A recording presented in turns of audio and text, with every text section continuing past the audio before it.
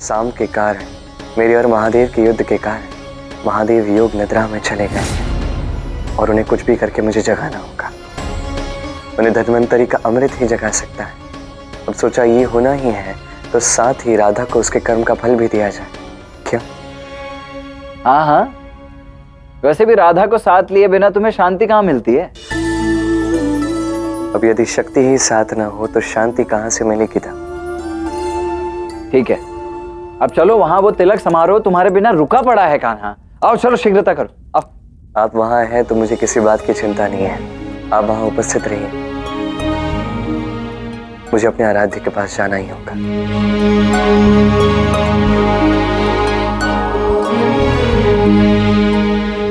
मेरे साथ लीला कर रहा था। अरे रसोई गृह से स्वादिष्ट भोजन की केवल सुगंधी आएगी या स्वादिष्ट भोजन भी बाहर आएगा? अरे राधा, तुम यहाँ क्या कर रही हो? महाभोज है ना दाऊ, खीर बना रही हूँ। अच्छा, किंतु खीर तुम क्यों बना रही हो? कहीं ऐसा तो नहीं है कि कान्हा कहीं चला गया है और तुम्हें ऐसा लग रहा है कि तुम्हारे हाथों की खीर खाने के लिए तो कान्हा आ ही जाएगा? हाँ, ये भी एक कारण है, पर एक कारण ये भी है दाऊ कि मैं स्वयं चाहती हूँ कि कृष्ण देखे कि शाम ठीक हो रहा है। अरे तो दिखा दो ना, वो कौन सा कहीं चला गया है, यही तो है वो। अर्थात वो मिला है आपसे? मैं कैसे मिलूंगा? वो मेरे कहने का तात्पर्य ये है कि राधा, कान्हा है वो, तुम्हें तो ज्ञात ही है, कितनी नौटंकी करता रहता है वो। और वैसे भी तुम्हें और इस द्वारका को छोड़कर वो कहाँ जा सकता है भला? वो तो है, हमें छोड़कर कहाँ ही जाएगा।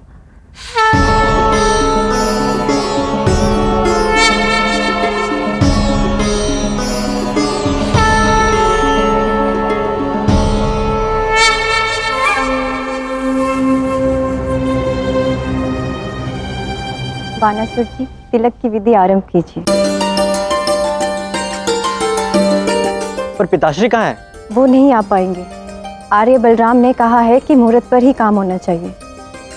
कम से कम श्री राधा तो यहाँ होती। वो यही है। तिलक के पश्चात सबका मुंह मीठा कराने के लिए खीर बनाने गई हैं। खीर सबके लिए? उषा ने कहा था भाग्य बुरा है मेरा, अब इसका भाग्य बुरा करने का अच्छा अवसर है मेरे पास।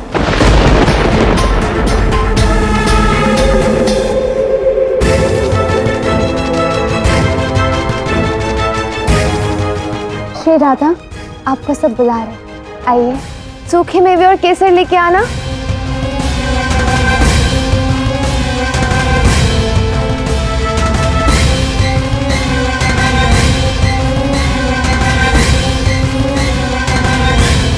बस हो गई तैयार, थोड़ा हिलाती रहना। श्री राधा, आप जाइए, मैं ये सब कर लूंगी।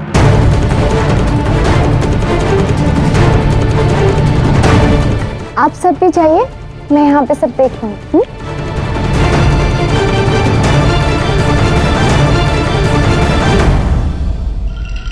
वाह श्री राधा, ये खीर तो बनी ही नहीं।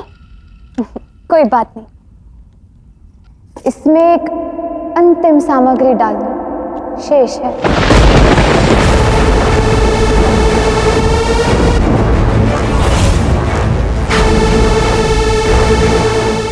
विष।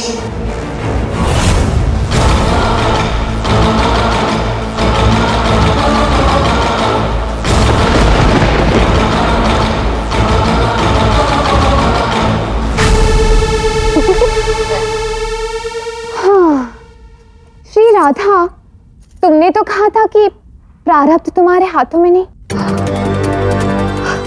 अब देखो क्या हो गया, जो भी किया प्रारब्ध ने किया, मैंने तो कुछ भी नहीं।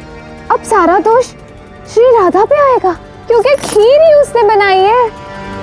और माँ जामवती ने तो कहा ही था, पूरे द्वारका का पतन राधा ही करेगी। द्वारका का पतन शुरू।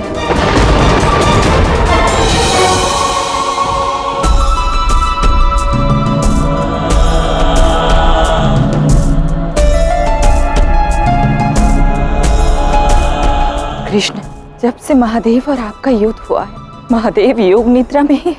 आराध्य और आराधक के मध्य द्वंद्व होता है, ऐसा ही होता है। जिनसे हम सबसे अधिक प्रेम करते हैं, जिसका हम सबसे अधिक सम्मान करते हैं, उनसे युद्ध करना अत्यंत कठिन होता है। और तो महादेव का अंश साम भी श्रापित है।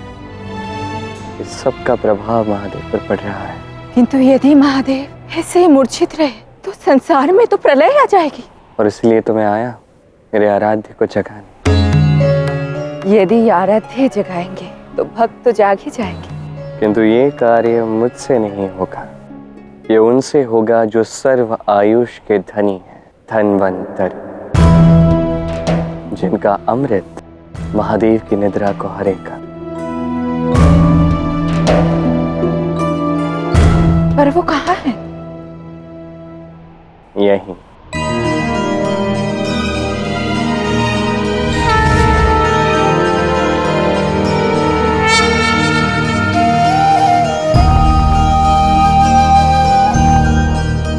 मैं तो भूल ही गई थी, संसार ही आपके भीतर है।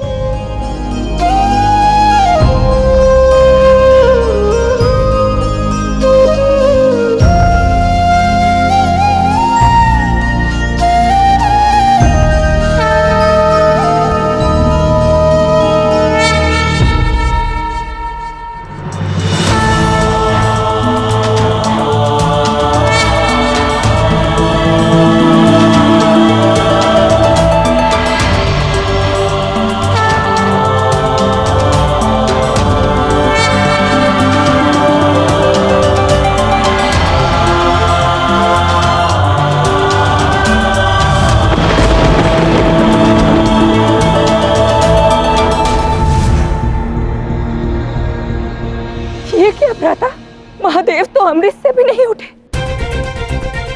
यहाँ बात अमृत की है ही नहीं, त्याग की है। त्याग से बड़ा कोई अमृत नहीं। और महादेव ने कृष्ण से युद्ध करके बहुत बड़ा त्याग किया है। अब त्याग के बदले त्याग। एक त्याग था जिसने महादेव को निद्रा में भेज दिया, और एक त्याग होगा वही महादेव की निद्रा भंग करेगा। किंतु ये कैसा त्याग प्रथा? जो करना है मुझे करना है, मेरे आराध्य के लिए। एक ऐसा त्याग जो संसार सदा स्मरण रखेगा। यदि इससे आपको कोई हानि हुई तो? ऐसा लगता तो है कि इस बार मुझे भी कुछ हो सकता है। अब चिंता मत कीजिए, आज्ञा दे पहला।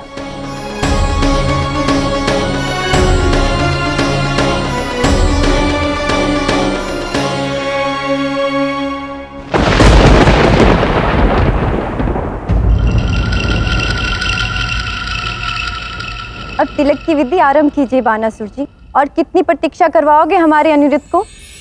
हाँ, वैसे भी विवाह को लेकर इसकी आतुरता तो इसके मुख से झलक रही है। देखो देखो। मैं किधर?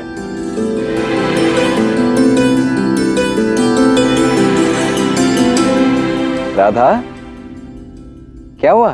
दाऊ, कृष्ण के बिना समारोह अधूरा लग रहा है। ये तो है, किंतु कान्हा ने इस समारोह के लिए स्वयं आशीर्वाद दिया है और मैं उसका साक्षी हूँ। अच्छा, आपसे मिल के गया वो? हाँ। कब से ढूंढ रही हूँ उसे। आने दो उसे, दिखाती हूँ मैं।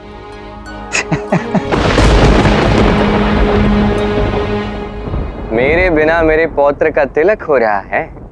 अद्भुत।